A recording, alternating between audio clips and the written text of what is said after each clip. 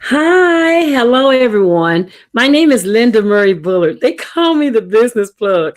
And so I'm on here tonight to talk to you about why business owners should consider taking classes. So I have been a business coach by profession for years, but in 2013, I lost my position. And so I decided to supplement my income by creating a business, right? And so this journey, my business will actually be 7 years old on March the 4th, 2020. But these 7 years, I have talked to hundreds of business owners about their business and their business ideas. And so, what this video is about, it's about why business owners really should consider taking classes. Now, I get it all the time where my business owners will say, but I know what to do. I know my business. I have been doing this for somebody else for years. So they think because they have product knowledge, that also means that they have business knowledge. And let me tell you, running a business is very different from working for somebody else. You could ask any successful business owner, how does it differ? They'll first tell you, you don't even know what you don't even know. And so by going to classes, you can ensure that you are abreast of all the latest things that's happening in the industry. When I meet a new business owner, somebody who has a business idea, because I get a lot of questions about, Linda, I have an idea. So where do I start? I don't know where to start. And so because of that, I created the Must Plug In checklist. So there's actually a checklist at mustplugin.com. First of all, I do that. So it's free. You just go and get it and download it and just check it off. But one thing that I have found to be very useful for a lot of great business owners is for them to connect with their local small business administration or to use the Small Business Development Center. In some cities, it's the Small Business Administration. In other cities, it's the Small Business Development Center. Both of those places have so many resources and are the most underused agencies in federal government, to me, if you ask my opinion. And the reason I think that is a lot of people don't know what to expect when they get there. I have been sending people to the Small Business Development Center here where I live in Chattanooga. I've been sending them there first. Before you work with me, I would love for you to go to the Small Business Development Center and actually get some knowledge, some basic knowledge, and it's free. You pay for it when you pay your taxes. So when you're signing that check this year to pay your taxes, just think about you're paying for the services that they provide at the Small Business Development Center, and you're not even using it if you're a small business. So that's number one. Number one thing that you would learn in any class that I teach is that you should go to the Small Business Development Center and start using their services. What it amounts to is making a registration for their orientation. And once you go through an orientation of about an hour 30 minutes, they will give you free reign to all their services. Now, when I talk about services, I'm talking about assistance helping you with your business plan, assistance both literally and figuratively. So if you just have an idea that you have not vetted yet, they have business counselors there to help you think through that idea. And also, they have a business coach. So if you already have a business, then they can look at your business and see where some gaps are to help you to fill those gaps with your knowledge and things. And then the second thing is they are also the front runner. A lot of time I hear business owners talk about funding. And so the Small Business Development Center, the Small Business Administration, has special non-traditional ways of funding your business. But most people don't go to them. They won't call them and make that appointment so that they can utilize their services. Also, they can give you free access to a CPA once a month in a group setting, or free access to an attorney once a month in a group setting. And that way you can ask your questions before you actually hire a CPA or an attorney. You will need them both. And I tell all my business owners, you need those two on your team anyway to keep you out of trouble. One is to help you with the law, and the others to help you streamline your process so that you don't spend a lot of money in your business on your business idea. So both of those are very, very, very needed for small businesses. The other thing that they do is, again, they have coaches there. So I don't know about in your area, but here businesses lose out by the third to fifth year. I'm talking about 50 to 90% of businesses. And it depends on what industry you're in. So if you are one of those people that love to cook and you want to cook something, where restaurants are 90% turnover. And that's universal. I mean, when I talked to my friends over in London, they had very, very close statistics to what we're having here in the United States. So another reason is because it's not because people don't have good ideas that their businesses lose out. It's because they understand clearly how to sell a product, how to create a product, how to perform a service. That part you guys have, I have not met a business owner yet that didn't have that level of knowledge. The problem is they don't have the business. So some of that 50 to 90% is not because it's just a bad idea.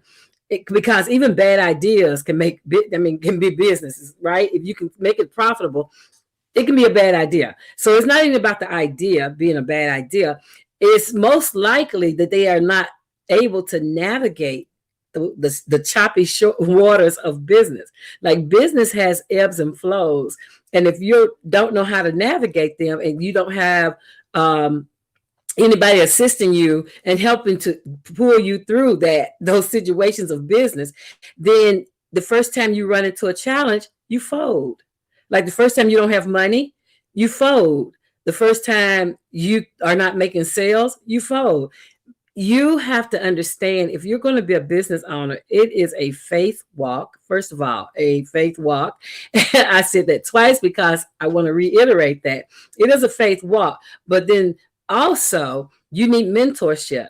So another thing that I tell my business owners is they need to have a mentor, right? And where do you get mentors at? Because a lot of my business owners were like, well, Linda, the people who I know, they think I'm going to be their competitor. And so they're not ample to help me. They're not going to help me. And what I tell them is the people who I have met who are very successful, very successful. All of them understand that you're only as successful as you make other people. And for that reason, they mentor people. And then also, you have SCORE. So it's SCORE.org. SCORE is retired executives who donate their time to help business owners as mentors. Like when I started my business idea back in 2012, when I first had the idea, the person that helped me get it up, who was like imperative to my whole business being where it is today, was a business mentor I had out of New York City. I'm in Tennessee. And with SCORE, you can get a local mentor or you can get one anywhere in the United States. And that's what I did, is because I love bringing differences to my environment. So I went and got a SCORE mentor that was in New York. Those are free services that most business owners don't even know exist. And so part of me being the business plug is helping them to plug into those resources first. Like when you're first starting your business, a lot of people pay a lot of money to people who they say are going to help them with their business idea, only to find out that those people really don't know what they say they know. And so what I do is I refer people to SCORE.org or the Small Business Administration, which is SBA.gov, right? It's a government agency.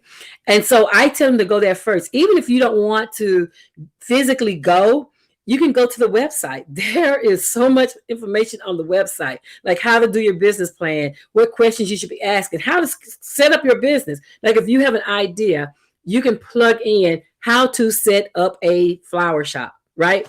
And you set up a flower shop and they have actually steps. This is what you need to do. This is what you need to do. This is what you need to do. So those things, like those are the basic things that every business owner should know, but very few businesses utilize, right?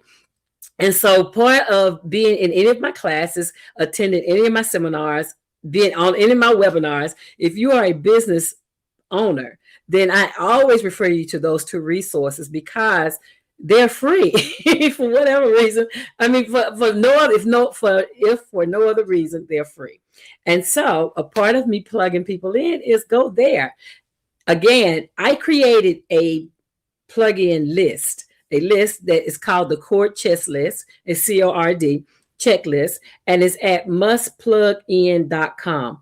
I insist anyone that calls me and asks me about their business idea and how I can work with them, I insist they go through that checklist first because it tells them everything they need to do from the ground up, and it's free. Like the services I'm telling you about, it's a free service. I'm directing you to all the free services first because I'm not cheap.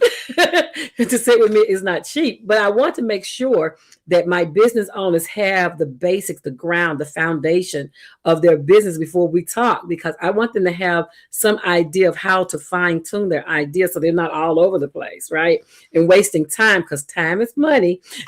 When you're a business strategist, time is definitely money. And I don't want them to waste their money asking me questions like, what is a net profit? I don't want those questions. I want you to go and do the homework and do the work so that when you're spending time with me, we're talking about how to make you profitable. We're talking about how to scale up your business. We're talking about how to get you your next thing. How do you launch a product? How do you launch your website? How do you launch? We're talking about those kind of things. So those companies that I gave you will give you the generics, like the general stuff that you should know anyway, regardless of what industry you're in.